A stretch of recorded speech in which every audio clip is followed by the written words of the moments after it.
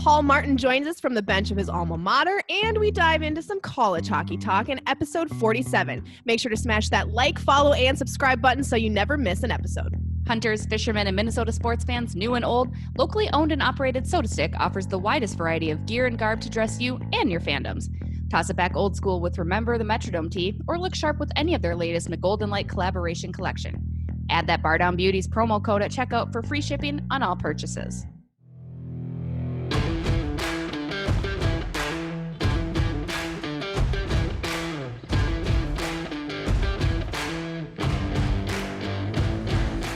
Hello, everybody. We're back. Episode 47. How we doing, Fred? Alexis, how's it going this week? You know what? Considering everything that's been happening this week and considering the high levels of anxiety, today I feel pretty good. I'm feeling happy. How about you guys?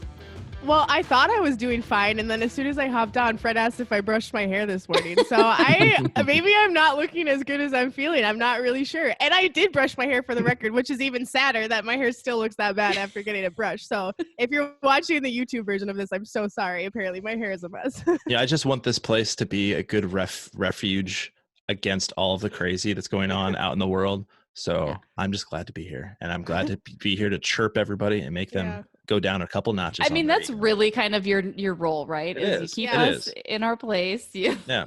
Get the episode edited and out there and roast us when the time is right. I'm the guy that's going to walk in the room and go, "Is that what you're wearing?"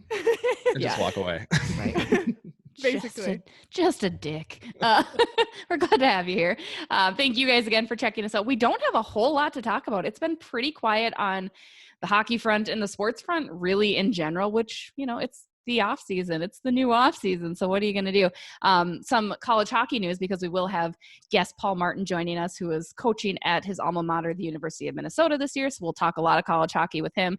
But the Big Ten finally released their schedule with games slated to start next week. It feels like a smidge late to finally say this is what's happening. Then again, that's kind of the world we're living in, right? I mean, it is what it is. What are you going to do? You kind of have to just go with when makes sense. And that's just how they did it. And honestly, I don't mind it being done that way, because you announce something. It's like you have to sit around and wait for it. It's like, nope, here it is. And we're actually going to be starting in a week. And it's like, all right, well, okay, now I don't have to waste that much time being anxious about it. We can just get going with it. So I don't know. I'm excited about it. The Gophers will host Penn State November 19th, and they kick off their 100-year celebration, which is very exciting. I'm a longtime Gopher fan. Everybody knows that. Me too. So it's kind of nice for them to get rocking and rolling. Obviously, Big Ten, like many of conferences that are playing NCHC, announced that they'll be playing college hockey this year too. They're just sticking with those conference games as a reminder. And then each team has 4 games against Arizona State. I still love that Arizona State's like a thing, right? Like they're legitimate gonna be a thing. And they were just granted this huge $1 million to do a brand new facility, which means good luck any other Division I program trying to get guys to come play hockey at your school, right?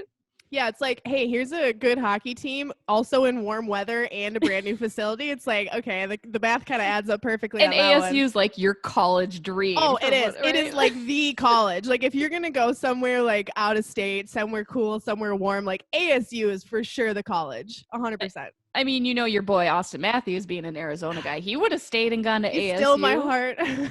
Yeah, honestly. Alexis would have been putting transfer papers in from St. Cloud to ASU. Bye, St. Cloud. See you never. Oh my gosh, I love it. NBA has a start date too, unlike the NHL, which we still haven't heard much. I know Emily Kaplan and Greg Wyszynski of ESPN.com had put together a really nice piece, kind of outlining the potentials, the probables, the kind of maybes, because again, we don't know. I mean, as of right now, NHL still tentatively has that January 1 circled as the start date. Free agency goes until Thanksgiving week of this month, and then training camps are supposed to open up December 1st. I know teams are allowed to have small groups of players that are around to come start skating, so that's promising. But as we'd mentioned before in Emily Kaplan and Greg Wyszynski's article, they had mentioned too, the NHL is so needing of those gate prices and those ticket sales, unlike so many of the other sports. I mean, the NFL gets all of their media and TV rights, right? So they have that money.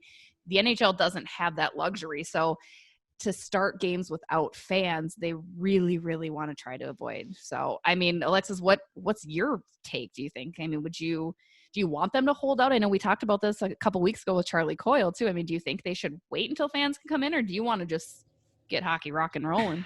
I mean, obviously I want hockey as soon as possible. I mean, I already miss it, and it hasn't even been that long since the playoffs have ended. But I also want to do what makes sense. I don't want to have to start a season and cancel it early or postpone it again. I don't want the NHL to lose out on millions of dollars because they started too early. I don't want them to do something that's going to affect them even worse in the long run. If that means we have to wait a few more months for hockey, I want them to be able to do that. I know Bettman even said from the start he wanted to be able to have fans, even if it was a small amount of fans, at these games come next season. So he's been very transparent from the start that was a big goal of his and the NHL's, was to be able to get some fan attendance at these games. Charlie said it in our interview with him that it's just not the same without the fans. I'm sure most of the NHL players, if not all, feel the same way, that they want those fans there. So it's tough. I mean, I don't know what they're going to do. If I had $1 for every time somebody asked me if I know when the NHL season is going to start, I could literally build my own bubble and host the next season on my own, single-handedly. I literally just shrug. I'm like, bro, I don't ask know. Me questions like I know anything. I'm like, you guys, like I don't know. I want to know what you know. Really, yeah. Like I'm not privy to much more than anybody else is. Like, I completely agree with that. Like, I obviously want fans back. I want to be able to go back as a member of the media, right? Like I want to be able to be in attendance, but I want to do it safely. I don't want to compromise having to do, the startups and the stops and the startups and the stops. And it makes no sense to do it that way. And the bubbles worked great. You can't do that. That's not something that you can move forward with. That's not a plan. I mean, that took a lot and it cost a lot. They were testing daily there. That's another question that came up was, okay, so the NHL lauded that they tested every day and there were no positive outcomes, which was remarkable. But it was like $75 million to do that. And is that feasible moving forward? Well, and to keep the players away from their family. I mean, sure, it works for that one situation where they're saying, let's get the playoffs done. Everybody loves the playoffs. Right. Can you do it for a couple months? Yes. Okay. But to say like, hey, can you do this for a whole season? Think about how long a season is, especially if you make it all the way to the playoffs and you're playing through to the Stanley Cup. That is an unreasonably long time to ask people to be away from their families. And I understand there are certain careers that people sign up for where they know that they won't be able to be around their family. Think about people who go into the army and stuff like that. I mean, that's a given with something like that. You don't sign up to play a sport thinking you're going to have to spend 8, 9, 10 months away from your family all at once. I mean, that's just, you're not asked to do that in this kind of sport. So it would be a lot to ask of the players, and obviously it's not something that's going to work long term, so they have to figure something else out. And Fred, you look like you have something you want to throw in here. Well, a couple points I wanted to make. Like the bubble life and all that stuff was, I mean, if you look back at the numbers for COVID, right? I mean, the bubble started like beginning of August? Yes, daily August, cases daily cases for COVID, we're looking at about 50,000 a day. We just broke 120,000 cases reported just today in the United States. And we're like, well, we got to move on. Yeah. Well, I mean, and we know that the winter was going to be. Fred just dropping the negativity a little heavy there. It's not negativity.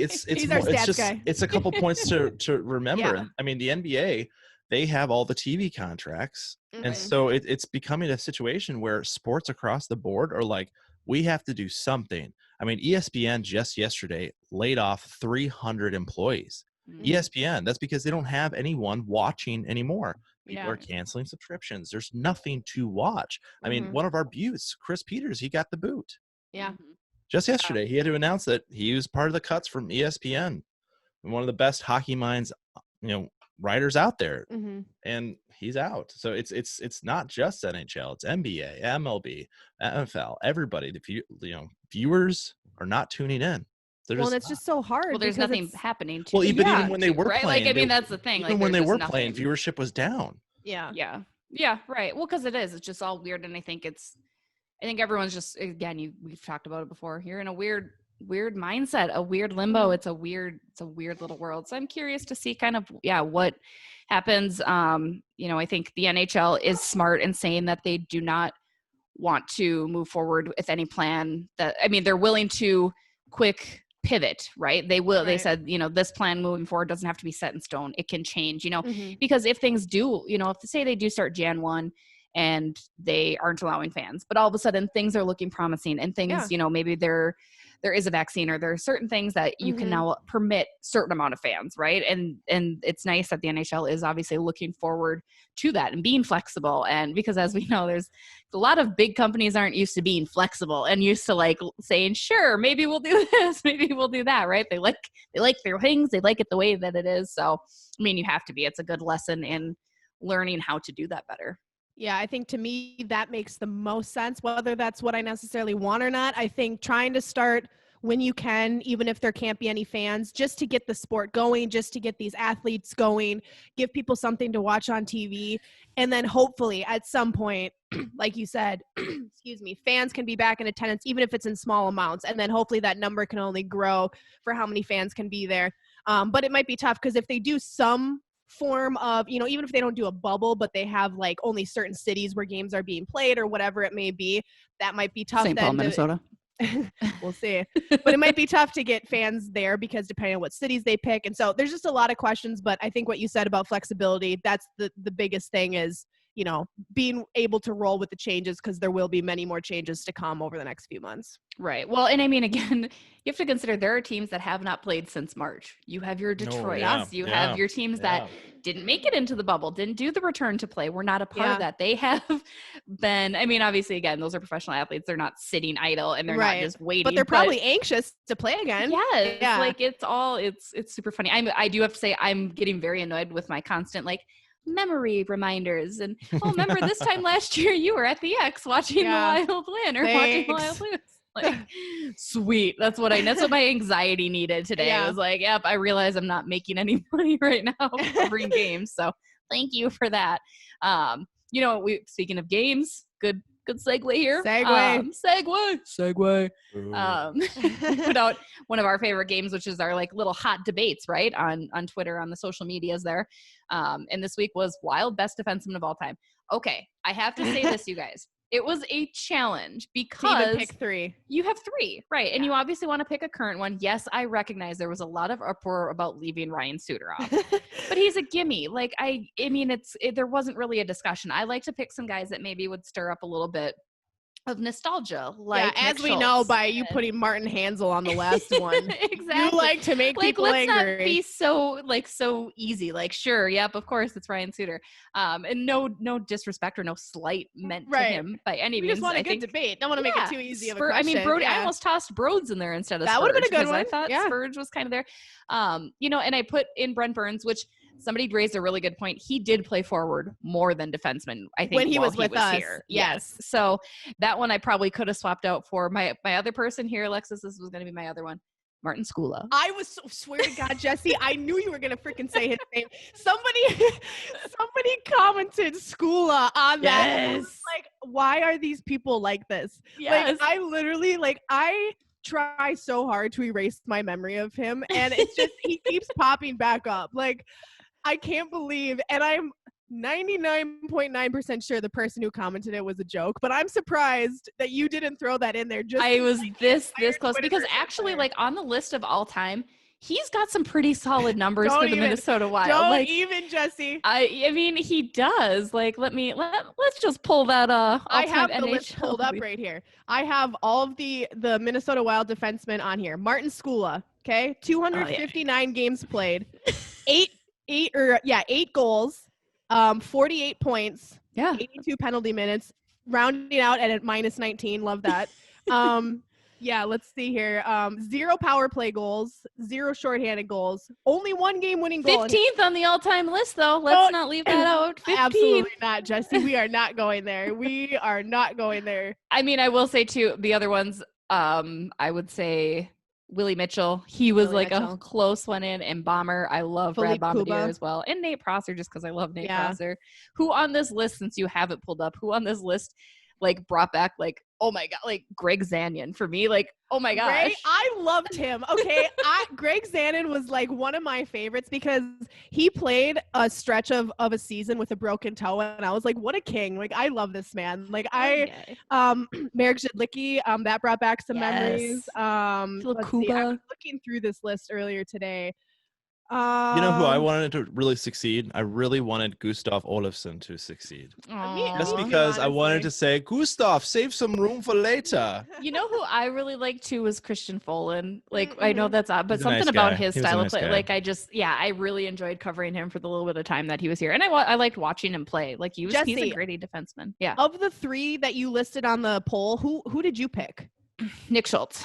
Okay. He was like my favorite growing up. Like Love I him, absolutely yeah. loved watching him. I mean, and again, he is one of the top in Wild history. Yeah, He's he number is, 7, number 7. 128 points, 26 goals, 102 assists, 322 penalty minutes. I mean, he was a smaller dude, right? Like I don't think he was huge, but he was by far my favorite. I think he was at Mikko's like 1,000th game thing, and I remember seeing him walk around. I was like, oh, that's Nick Schultz. Yeah. Like, he was my favorite when I was growing up. So he was mine. What about yours? I did Spurgeon, and it was a tough choice. And like you said, Brent Burns, when he was with us, he mostly played up rather than playing on defense. But I think you could have gone with any of them. You could have made a case for any of them. But I went with Jared Spurgeon. I just think part of the reason that I love him so much is because you wouldn't expect a guy his size to succeed defensively. And he's just such a sound stay-at-home defenseman. He gets the job done, rarely makes mistakes, can put the puck in the back of the net too. And I just love the way he plays. I think he's a great defenseman. I do understand people being upset about Ryan Suter not being on that list. And 350 points, 52 goals, 298 assists in 600 games. He's all right. I get it. Yeah. So and then, Brent Burns, he goes on to have a great career with San Jose on the defensive side. But again, I said this when I reposted our question about it. Deciding how you feel about a defenseman is based a lot on whether you find more value in offensive defensemen or stay-at-home defensemen, because there is value in both. And I think it just depends on what kind of role you need your defense to play on that specific team. If you've got a solid offense already, you don't need your defenseman to play an offensive role. You need them to play a defensive role. If your offense is struggling, you need your defender, like a guy like Carlson playing for Ottawa, they need him to play offensively because they need help, and so it just kind of depends on what you need. Cale Makar, obviously a bit of an offensive defenseman. That guy can put the puck in the back of the net. So it just kind of depends. I think I like to look more at the defensive defenseman value, just because that's what they were built to do. That's their main role. And if they are offensive as well, it's just kind of a little bonus. But so you would choose like a Spurge over a Dumba then, because Dumba's obviously more of that offensive defenseman. Although I think I would argue right now the Wild currently need a guy like Dumba, because depending on how things shake out, but then you could look at like who's the most fun to watch play. Then I would argue like Burns or Dumba. Like those guys are so much fun to watch. Well, play, they're right? the big they're the huge risk with a possible huge reward, right? Yes. Like Dumba loves to take those risks and skate into the zone. It's like all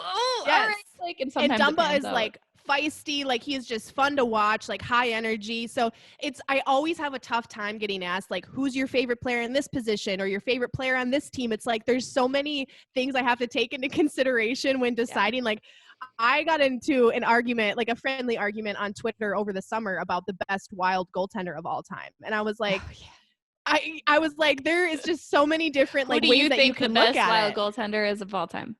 Well, Nicholas Backstrom is my favorite. I love him so much. Yeah. But there's just so many factors that you take into consideration when you ask these questions. I thought a lot of people had a lot of good answers for our poll this week. But yeah, I went with Spurgeon. You went with Schultz. A lot of people wanted Suter. One person wanted Skula. That person is banned from our Twitter forever. Hopefully. I mean, yeah, and like you said, Brent Burns definitely didn't fit Jacques' style of defense back in the day, which is why you saw him as a forward. So, we love playing those. If you guys have ideas of debates that you want to toss out there with 3 players, 3 jerseys, 3, maybe we do rinks or cities, whatever, what may have you, let us hear them. Shoot us a note. It doesn't have to be Wild related either. It could be NHL. It could be, we're happy to. We just know our majority of our listeners are Minnesota based, so we like to do those Minnesota questions. But we're happy to touch on any hockey topic you guys want our opinions on. So right, we love it. We love it. Love it. Love it. Before we take a quick break and get to our guest Paul Martin, I want to give a shout out to Mr. Mark Parrish, who won initials this morning. Yes, whoop whoop. Perry. Very exciting for him. I saw on Twitter, it's been blowing up. His reaction on KFAN when he won Power Trip Initials was epic. So super proud for him. Obviously a lot of hockey questions, I'm guessing, if he got them right. That was his big thing. He always says, he said it when we interviewed him, that he always looks for those hockey questions because those are the ones he's most likely to get the correct answer on. So I love it. Well, that's win number 21 for Mark Parrish. So way to go. We're going to take a quick break. When we come back, Paul Martin. Stay tuned. We've given our Teespring store a fresh new look, custom designed to rep and support the Beauts. We've got hockey hoodies and tees perfect for lounging and rewatching your favorite Wild game. Grab a mask, grab a tee, and be a Beaut with our official Bardown Beauties Teespring store. We're back. Joining us now, 14-year career NHL veteran turned college student who had formerly the best 90s hairdo around, our buddy Paul Martin. Paul, how are you? I'm good. Thanks for having me. I'd have to refute the best hair. You know, I think I have a picture. I think I have a picture. I have to find it, and we'll put it out on Twitter, from when you were on the cover of Minnesota Hockey Journal, and you've got the sweet flip, like yes, yeah, like the wings. I got quite a lot of flack in the locker room after getting into the Gopher locker room after that, yes. It was amazing. How are you doing? How is life? How are things going for you? I'm doing really well, considering everything that's going on in this outside world. And I've been really fortunate because once, I retired, I had a tough time figuring out, what I wanted to do next. And so just kind of a transition phase for me. So being able to come back to school here at the University of Minnesota and earn my degree has been giving me a lot to do and something I've enjoyed. And then the position opened up to be with Coach Motzko and the Gopher staff here as they say graduate assistant, but I'm an undergraduate, so I think that's more fitting. And so it's been a big learning experience for me and something that's I've been devoting my time to, and it's been healthy for me, and I've enjoyed it. So I've been good. Well, let's backtrack a little bit to before you retired. Let's go back to the start of your career. You're an Elk River native. You never played professional hockey in Minnesota. You played elsewhere. But what was it like to be a Minnesotan in the NHL sphere? Because a lot of hockey players come out of Minnesota. What was it like to be a part of that group? Yeah, it's an honor. I mean, I have a lot of pride in the state of hockey. And, when I think of the state of hockey or my experience, I go right back to the pond behind the house in Elk River, and that's where I grew up playing. I was a rink rat in the pit, and they had one of those outdoor games, the state of hockey days, and for Elk River and Coach Gustafson, and he was my neighbor, and so we'd be out there skating on the pond, and I love that feeling. That's where I learned to play. So for me, and then watching the North Stars, I'm old enough to kind of have a little bit of watching them before they left, and the Gophers at Old Mariucci. So I just my DNA and my experiences, I just love the Gophers, the Elk River, my experience, and just being here in the state of hockey. So heck yeah. I mean, that hockey day in Minnesota in Elk River, Nate Prosser scores the game winner for the Wild too. You couldn't have written that any better. Another Elk River native. That was pretty great. Yes, did you catch up on that? A little bit, yeah. And so I mean, my Elk River history, like Joel Otto, I grew up watching Joel Otto because he's an Elk River guy and won a cup, and then Dan Heinold won a cup in Colorado, and then obviously with Nate, and we've had quite a few conversations, and I enjoy spending time with him when I get to and stuff. So yeah, just within that, the high school, we take a lot of pride. So we've had a lot of good players come out of Elk River, and now with Perpix here in at the U. So yeah, we're some tradition there too. I know you had said before too, Gophers were kind of the only team that you were really interested in, right? Tell us a little bit about heading to the U and then doing okay there while you were there. Back-to-back national champs. You can't go wrong. Just okay. Okay. Yeah. I mean, again, like you said, growing up, I think Grant Petoni was the first out-of-state recruit to come in and play for the Gophers, right? So, I'd go over to Howdo and Jared Graham and Grandpa's growing up, and that's all we would do is watch the Gophers and at Old Mariucci. And anytime we got a chance to go, I loved it. And so that was it. Mike Crowley, Brian Bonin, and so going to the games, and that was the team. And so now today with the parity in college hockey and the success that other teams are having, it's kind of changed the atmosphere and environment in college hockey. But for me growing up, that was the team, and that's where kind of everyone wanted to go. When I came here on a visit, and Don Lucia was like, this is kind of the spot. What do you think? Do you want to come? And I'm like, yeah, it was very hard. Twist my arm, I guess. Yeah. I'll join you. Exactly. And then to have kind of the experience that we did, and back-to-back championships, and one right here at the X in our backyard. You probably couldn't write up, better script. And we just were at my cabin with our class, John Weibel and Matt Kowalska and Joey Martin and Troy Riddle and then Grant. So we still spend a lot of time together and have great relationships. And so it went by so fast, but I still have very fond memories of those games. I got to say, I have fond memories. Like, that was when I was really starting to get into hockey, and I was the biggest Gopher Hockey fan, right? I mean, professional hockey for most of my youth wasn't a thing. Like, North Stars left, and then we were without pro hockey in the state of Minnesota. So Gophers were it. And I remember watching you guys win, and it was so cool. Then watching you guys win at the X, and it was even cooler. And I just very fond memories of your Gopher squad as well. Yeah, no, same. I kind of was along for the ride too. You're participating, but you're also like a spectator too. And just to be there was pretty exciting, and to have like the fans and that whole the atmosphere was great too. And just how much we love the game of hockey here. What was the most memorable game in either of those Frozen Fours where you guys ended up winning the title? I mean, for you personally, what's one that really sticks out, or what's one moment that really sticks out to you?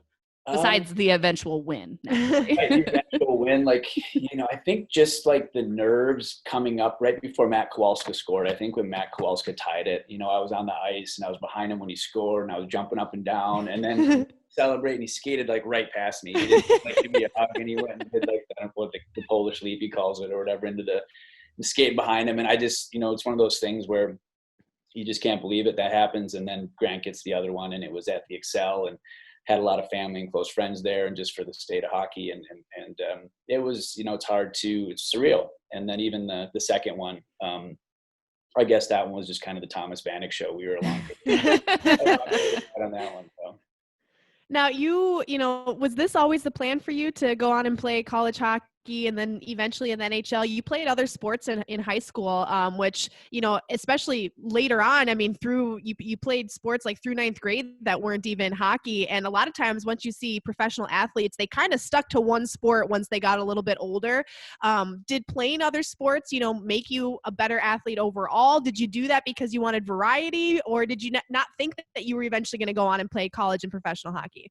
Yeah, that's a great question. And, I was very fortunate to have a set of parents that really sacrificed a lot for me, time and money and effort, and would take me to, I'd have hockey tournaments up in Cloquet, and then a basketball tournament in Maple Grove, and then be driving back and forth, and then my sister Leah as well. So, just to have those opportunities. But for me, a lot of the times when it would go from football season to hockey season to baseball, it was always, getting excited for a new experience, a new group of people to spend time with, and some new skills to work on. Like, I attribute a lot of my athletic ability and success to playing other sports. Football was my favorite sport growing up, and then over time you kind of figure out what you're good at. And I think I not quit, but took a break from hockey in 6th or 7th grade maybe, and just played basketball. My friends are basketball players, and I think we won the state title that year. It was so cool, and so, but I'd skate on the pond in the winter, and I just missed it so much that I came back and played in 9th grade, and hockey kind of became my sport. And I just love the game. And once you kind of get into college, you start to realize, okay, maybe I do have an opportunity, but I never really, I think I'd love to play as a kid, but my head really wasn't in that direction. I just was excited to be there.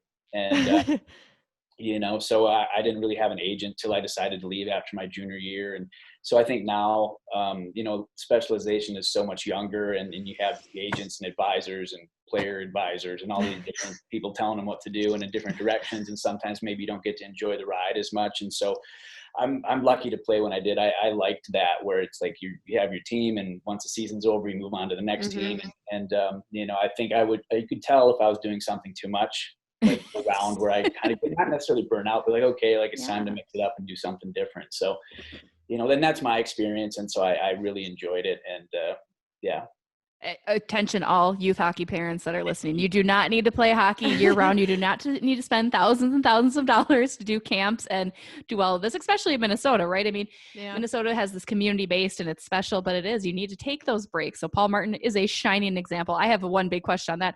First of all, how did you balance basketball and hockey? Because you did do that for a while, which is remarkable. Like, tell me how that happened. And second question would be, how did you fit all of your accolades onto your Letterman jacket? Because you needed excelled in all these sports. It's not like you were just a great hockey player. You were a great football player and a baseball player. How did you get all of that? Did you have 2 Letterman jackets? I just had one, but I did Nick Sports and Apparel, and we did handle the chenilles and all that stuff. So maybe I snuck a couple out. Yeah. So, I mean, balancing, it was hard to balance both. I'd have to look in the coach's face after game, like, I'm not going to be back for the next game because I'm going to play basketball, or I'm going to be gone this weekend to play hockey. And then you're also kind of leaving your teammates out to dry because you're used to, being there for them. So I think I realized that, 8th grade or 9th grade, I had to finally specialize or focus on one. And it was hard for me because you have a group of friends you grew up with and spend a lot of time with, and you love the game, playing both. And so it was hard, but it was also probably necessary just to kind of focus at that point and not take away from other people playing the game somewhere else. And like I said earlier, my parents are great. They sacrificed a lot to take me on road trips, and, we have the big conversion van and we'd be taking people all over the place. So just that whole rink rat experience and basketball tournaments was something, like, in the moment, you don't realize how much time they sacrificed, how much work they're doing until, like, afterwards, and you're like, wow, that was really a lot for them to do. So I'm grateful for that. Well, let's fast forward to your NHL career. You get drafted by the Devils. You then go play in Pittsburgh and eventually wind up in San Jose. Is there one, team that you played for there, or one city playing in that stood out rather than the rest? Maybe the Devils because you got drafted by them, maybe where you ended up. Is there one that sticks out to you the most when you think about the teams you played for? Yeah, that's a good question. I've got that one before, and I think they all provide something different. I mean, like you said, New Jersey was the team that really took an interest in me and were patient with me and got me to come out after my junior year, and credit that with Lou Lamoriello. And it was just a team that had won a couple cups. I came in right after they had won a cup, and Larry Robinson was the coach, and they had Jacques Laperriere as the D coach. So, like, Scott Stevens and Scott Niedermeyer, all these guys that, you look up to, and so to be able to play with them and kind of learn from them and take my time. I think we had Pat Burns as the head coach, and, like, if you know Pat, like, he's a very intense,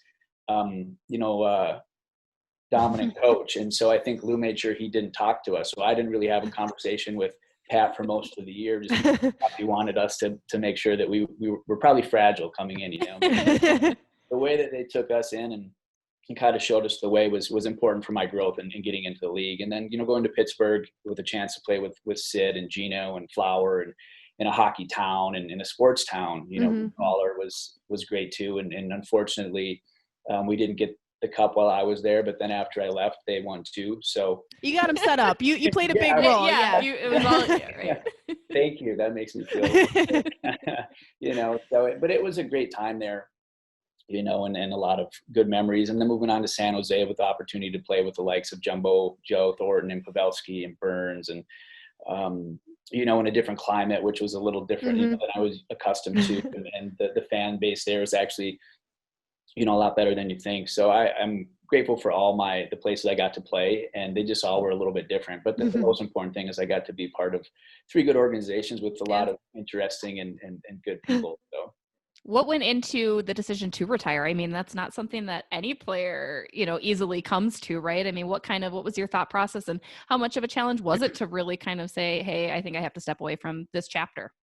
Yeah. I mean, I think as, over the course of a career, you just kind of, you had quite a few injuries and broken bones, and, missed the Olympics, and then lost in the cup finals to a lot of my friends. And, like, I think over time you just you forget how much, like, you love the game and you're just playing to play. And there's a lot of focus that you put on winning. And if you don't get a Stanley Cup, or you're not, getting into the playoffs or things like that, where they become kind of a distraction of why you're actually here and why you came here to play, And so over time, I think it was hard. I had an ankle surgery coming into my last year in San Jose, and I wasn't at the top of my game. And so I think over time, and then getting bought out at the end, it was just like, okay, like, if you really want to do this, you're going to have to get back up and get going and really start training. And I think, like, the answer was in the end of my year. San Jose was just like, I just feel like I'm not at the level I should be to be in the locker room and performing to, help a team.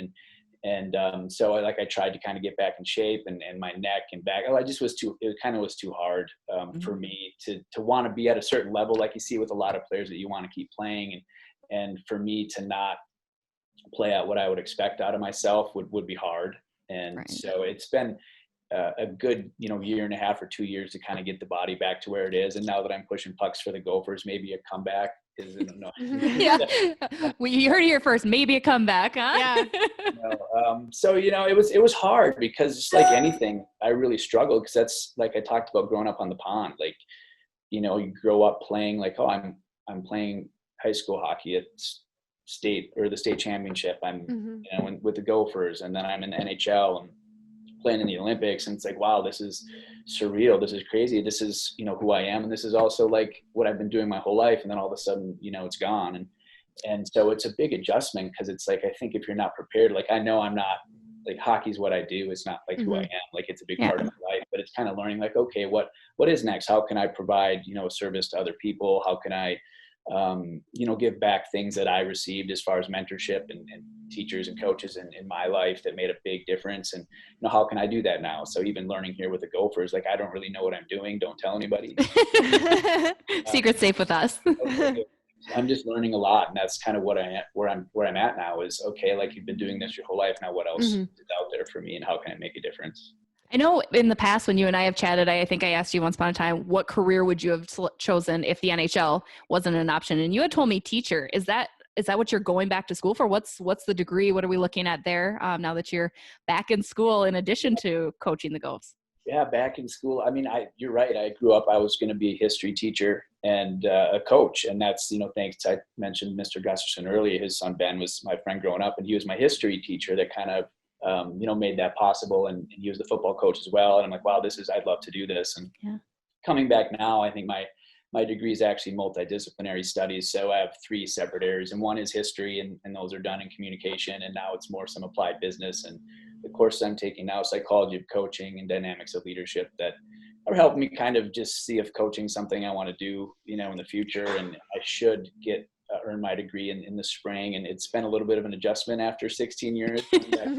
I couldn't do it. I'll tell you what, I couldn't do it if I had to, I don't think. Yeah, I'm surprised I can do it. I was out in LA for like 8-9 months, and the weather's great, and I'm trying to do homework, and I'm like, do I need to do this? And so I just had to buckle down and make it a mentality and accept that that's where I was. And unfortunately with COVID and everything, it's provided that platform too, where I'm, secluded in quarantine and kind of have time to be, focusing on that. So it's been good. It's been an enjoyable, tough experience. So. Was that something you thought about doing for a while?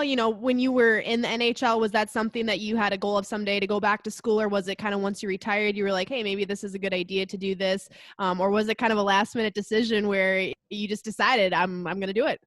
That's a good question. And it was so hard for me to leave the University of Minnesota after back-to-back championships. And I loved our class and the whole experience, but New Jersey was really making a push to, okay, like there's a spot for you, and we'll have some people here to help you kind of grow and develop. And so that was the choice to kind of leave. And my mom was devastated, and Beverly was in tears, and I made a promise that after I was done, I'd come back to school. And so that was the original part of when I was done. Okay, I'm going to come back to school. But then I figured, okay, if I'm going to do this, let's take some classes I'm interested in and do it for myself as well. So I think it's provided me some time in this transition phase to figure out like what I want to do and this coaching gig. And so it's kind of, I'm right where I'm supposed to be, and this is kind of feels right. So it's, yeah.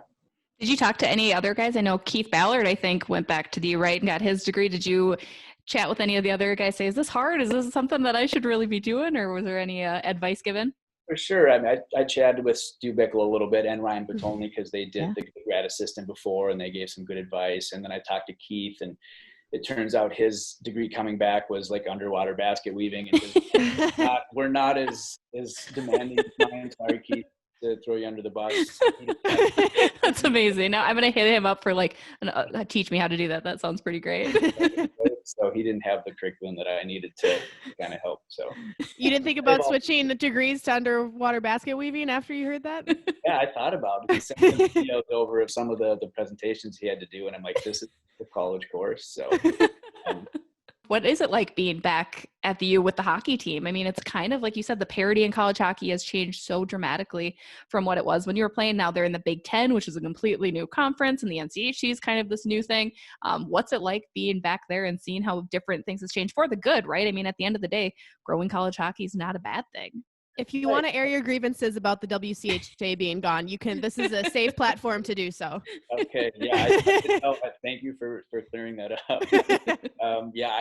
It's definitely not a lot different, like you said, and a lot has changed, from when I was here. And so, but I still think the program here, we take a lot of pride in what we do, and it's hard because there are so many competitive teams, and it is good for hockey in general. A lot more players are playing at the collegiate level. And, you have the Mankato's and St. Cloud's and Duluth just in the Mid-G and the state. And so it's tough because I miss, obviously, like a lot of people probably do, is the rivalries, playing North Dakotas and the different teams, and that, put some butts in the seats and that kind of thing. So we'll see. I'm still kind of absorbing everything here. I think with Coach Motzko, he's done a great job at St. Cloud, and now he's back here and getting the program going again, and, with the Big Ten. So we'll see. I mean, the players look great. I don't have a lot to compare it to. It's been a while since I've been in college, but they skill-wise, they're great, and have a young, good D core that I'm looking forward to working with. And Coach Raboyne and Gordon are great and help me out for all the questions I have. So it's just been a learning experience. Like I came in, it's a different too. I think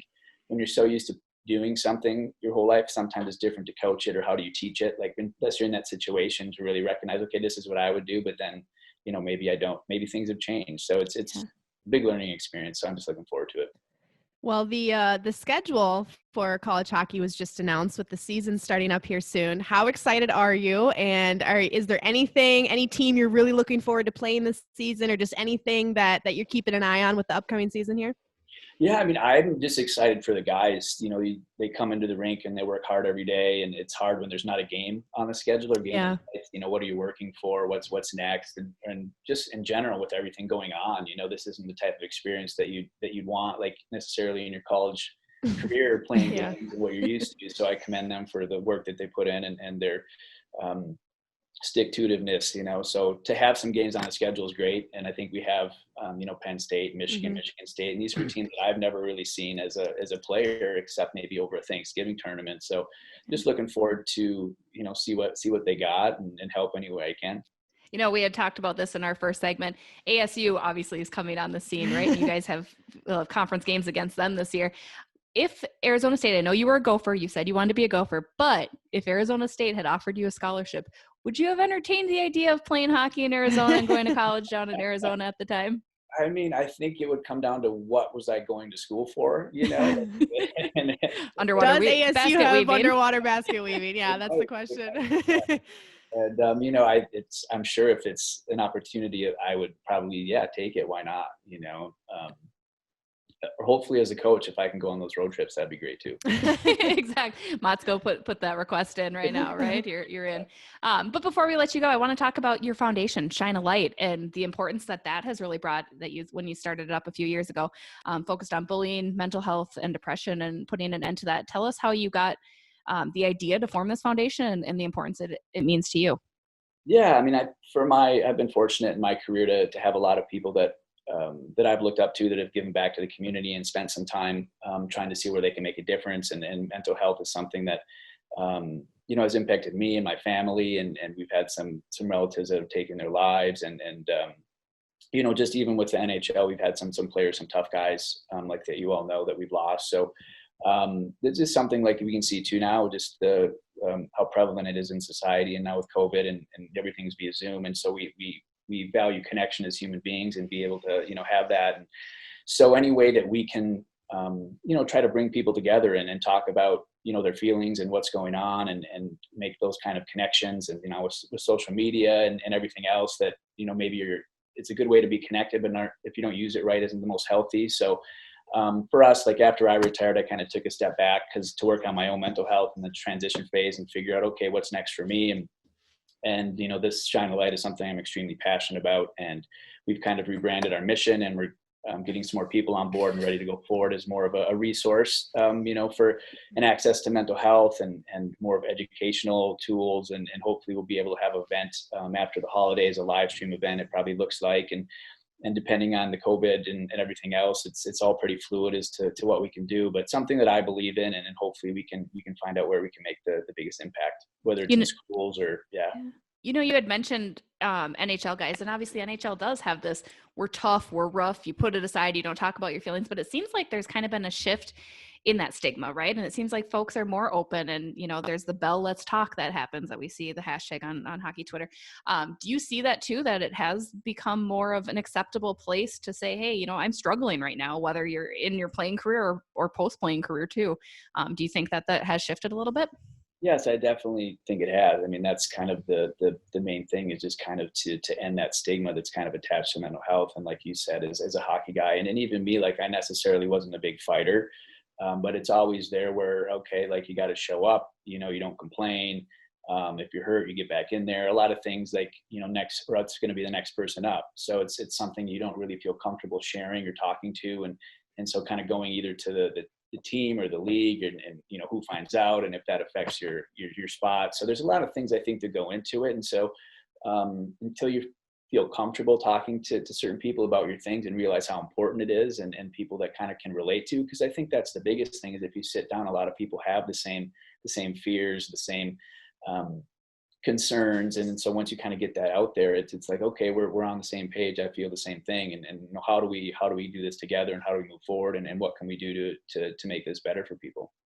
Well, is there a website or anything that our listeners can go to find out more about your foundation? You talked about a live stream possibly coming up soon. Where can people find that stuff? Yeah, we have a website. It's shinealight.org, and the T is actually a 7, and we're in the process of rebuilding it and creating a new social media platform, so there won't be any current information. Okay. Hopefully after the holidays, and hopefully, I spoke with Nick Bukestad the other day about coming on and being an ambassador and things of that nature. So I'm sure once we kind of get the bones, we'll be looking to kind of get connected in the community and see what we can do. So hopefully you guys will have me back on the show. Heck yeah. Some more stuff, and I can be a beauty again. Absolutely. Hey, you're always a beauty, forever a beauty now. Forever but you can come on yep. anytime you want. Just tell Deutsche that you want to hop back on, and we'll set it up. Well, for sure. Tell everyone that I can't raise the puck. Yeah. Never. Secret safe with us. Well, we'll let you go. But again, thank you, Paul, so much for taking the time to chat with us. Again, you're a beaut. We love it. Thanks, Jessi and Alexis. I appreciate it. Thank you so much. We're going to take a quick break. We'll be right back. Hey guys, this is producer Fred. I just wanted to make sure everyone is out there subscribing, liking, sharing, rating, anything you can to help grow the Beauts would be amazing. I want you to tell your hockey coach. I want you to tell your grandma. I want to tell your friends, everybody. And by the way, check out our merch. Buy our merch. Bye. We're back. Thanks again to Paul for joining us. Fake basket weaving, huh? I think you should have gone for that. I mean, sounds like he's choosing a great degree, but I think basket weaving, we should have Keith on and have him tell us about that, because we need to get the other side of the story for sure. Yeah. I feel like we do a pretty good job of like getting one story from one person and then getting the other side of it from, we did it with like Bruce and Kevin. We did it with Carly and Charlie. Like, we need to get Keith's opinion on the whole basket weaving thing. Yeah. I agree. Keith, if you're listening, which I'm sure you are, because I know everybody listens to this. Yes. We want you on. Let's chat. Let's hear about the basket weaving and choosing that degree. But yeah, no, thanks again to Paul. We really appreciate it. We'll be sure to share all the information about his foundation. Like he had mentioned, they're undergoing some renovations and kind of some new rebranding, retooling. But as we learn more, it is a really great thing. I know they had an event at First Avenue a few years back with our buddy Paul Fletcher emceeing, and he had all of these NHL guys there, a lot of the locals. We saw Bufflin and Bukestad and Parisi, and all the guys kind of come out and help him raise some money for really, really important cause in bullying and fighting depression and mental health. I mean, I know firsthand how challenging mental health can be to navigate. Alexis, I know you as well have had your struggles with it, as we all do. Yeah. I mean, that's part of in one way or life. Another. There's nothing to be ashamed of about that. So good on him for making good there, and good on him getting back and getting that degree. That's so awesome. I mean, it is very hard it's hard enough to finish a college degree like when you're 18, 19, 20, right? Like it is very hard to go back and do it, especially if you have a family at that point, or, some people's lives are just drastically different,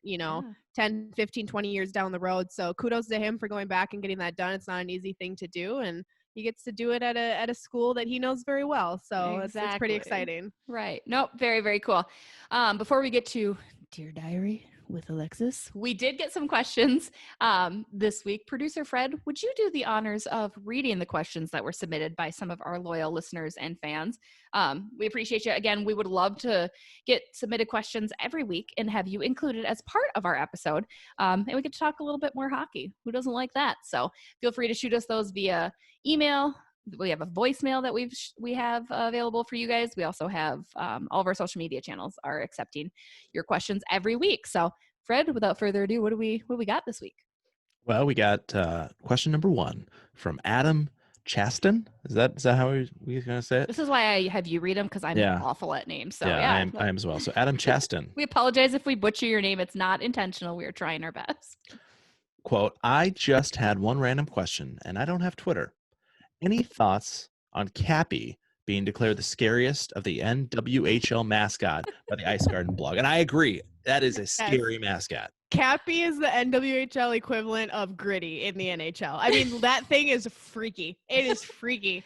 Literally, like, it. For anybody who doesn't know what Cappy is, it's basic. So it's the Whitecaps mascot, and it's basically it has like a puck for a head with like a helmet on it, and like that's the whole thing. Like it's just like I think it's awesome. It's the weirdest looking thing. And literally I'll be like, so when we're at Tria, which is where the Whitecaps play, it's a pretty like intimate, arena. It's not super big, and where we are in the press box, we're directly across from where the seats are. And there will be times where like I'll just spot Cappy in the crowd just like sitting there, and it just looks like it's staring right at you, and you like lose all focus, and you're just like you like start to sweat a little bit. Sometimes Cappy will come up behind us while we're broadcasting, and I have to try to not poop my pants in the middle of the broadcast because I'm so terrified of that thing. Like it's Gritty, but in the NWHL. That's do all the teams have actual like mascots dressed up at their games as well, or I'm actually not even 100% sure. Yeah. I think they do, because we are only ever at Tria. We don't travel with the teams or go anywhere else, but I think the other teams have mascots. But I feel like I have, because the Riveters, do they have like a woman walking around, or like the Buttes? Do they have? Yeah, I'm honestly not even 100% sure. All I know is Cappy is terrifying, and that's not even an opinion. That is just like everyone thinks Cappy is scary. Sorry, I just had an imagination of like what the mascot's going to be for Toronto. Just like one big like Sesame Street letter 6 walking around. Totally, it has to be. Like what else? It's got nothing's going to be scarier than Cappy, though. It's like public knowledge that Cappy is just a terrifying thing. I definitely have a scale. Like if I would like all of a sudden turn a corner of a street and run into a mascot, and it's like, what would my reaction be by being surprised? Like if I see like Nordy walking around, I'm not going to be freaked out. Really? No. But like Cappy, you turn the corner, you see Cappy, you're freaking out. They did like I have to admit, I have this thing about mascot. I don't like any mascots. Like I don't like them around me. I don't like them near me. Like they are kind of freaky when you think about it.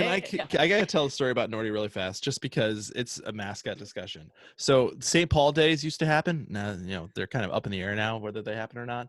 But I took my kids. You're talking about Grand Old Days? Yeah, sorry, Grand Old Days. Okay. Took my kids, because my wife is in the parade. So it's not, I was single dad this day. She's in the parade for Fox 9, and walk them all in the wagons all the way down to Grand. And I've got the chairs set up. I've got the little basket set up to like catch the candy and everything. Freddie's in the stroller. Kennedy's sitting in the chair just waiting. And like, here comes the fire trucks. Here come the police cars to start the parade. So she's loving it. Right behind the fire truck pulls up an ATV with Nordy on it.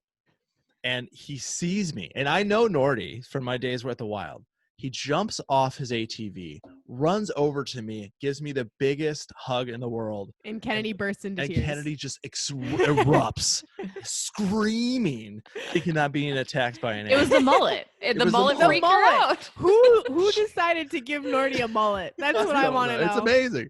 But he absolutely was heard the scream, saw it, back away, jumped on the ATV and took off again. And he's got such kind eyes. Like he's one mascot that doesn't scare me, because he does have very kind eyes. Yeah, like the Gopher at Gopher hockey games, it just always drove me nuts. Like I like the whole spinning the head and spinning the body, and I was like, this is terrifying for children. Like I don't understand. Yeah, it's like how Gritty's eyes are never looking in the same direction. I'm like, Gritty, like can you? Gritty is just I like Gritty. I like there was a video that the Whitecaps posted a video like one time over the season of like Cappy riding a snowmobile, like just like whipping donuts and like riding around with like a big Whitecaps flag. And I was like, this is horrifying. Like, who's endorsing Next week's this? debate is on mascots.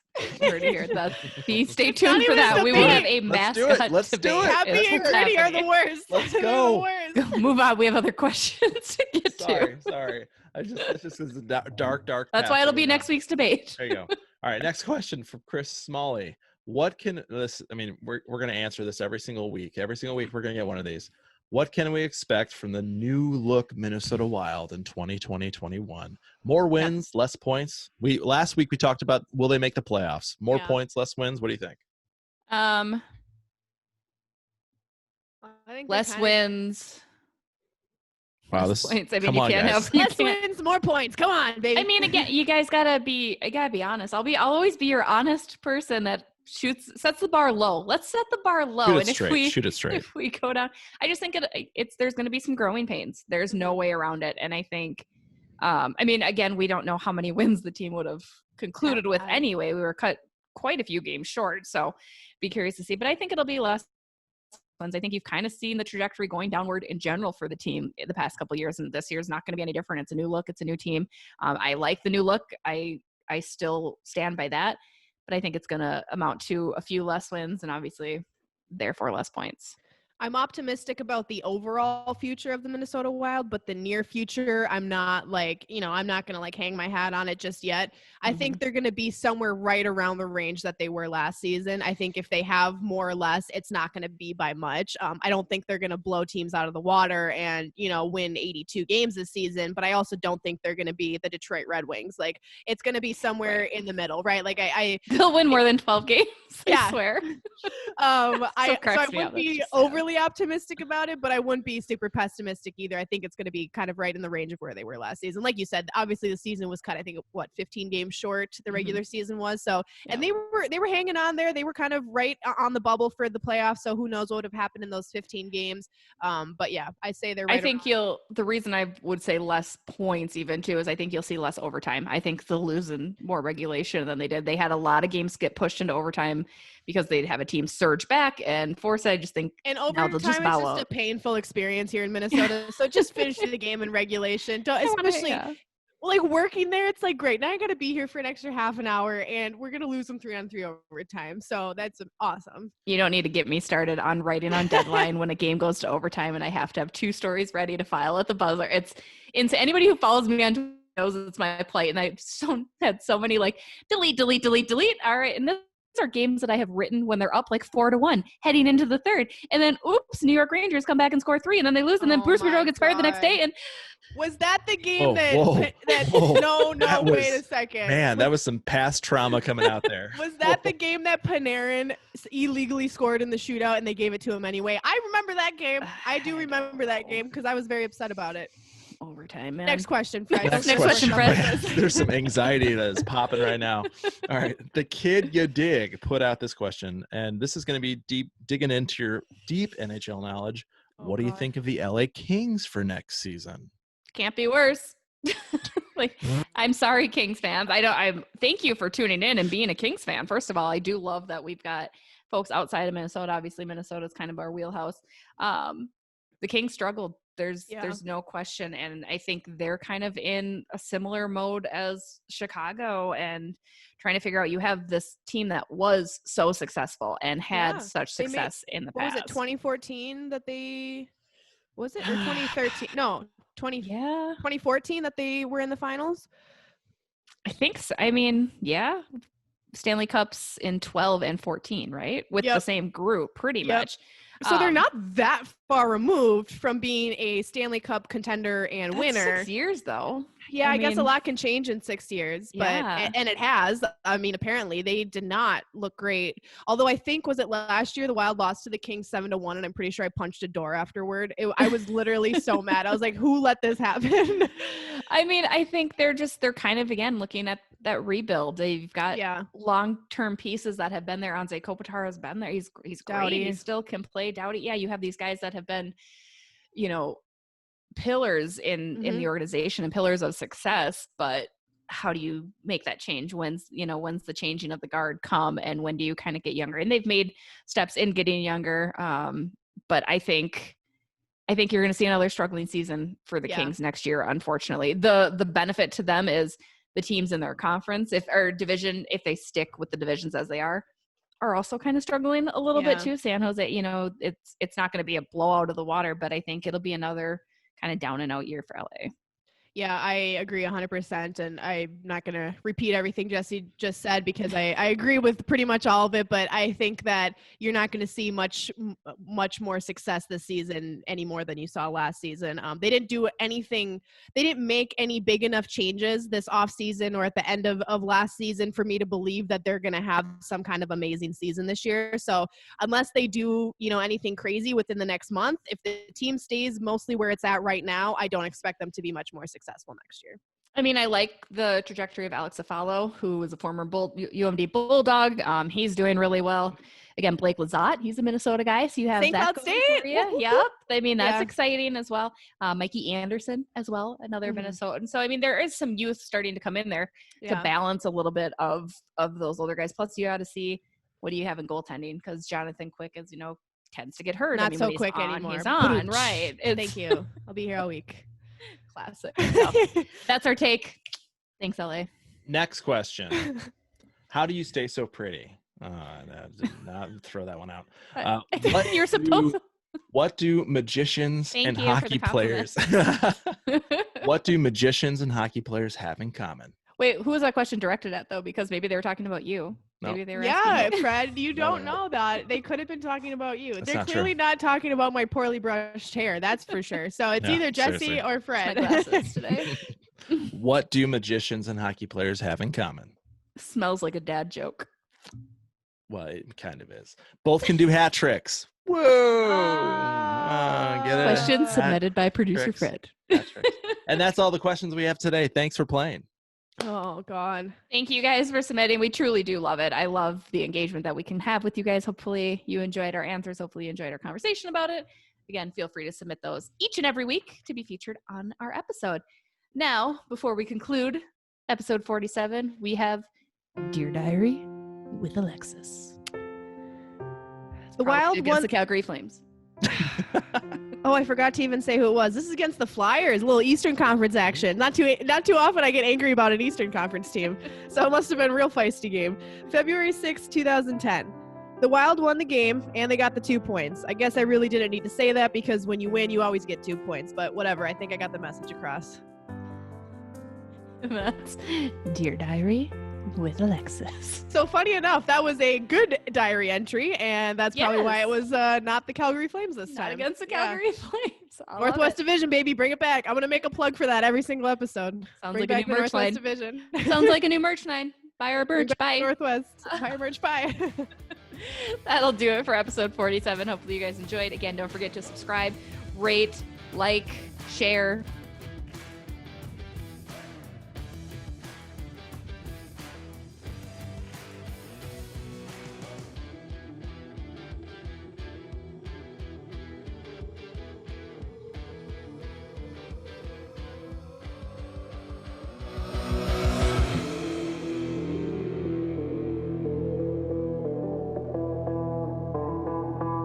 Near, near, near, near, near, near, near.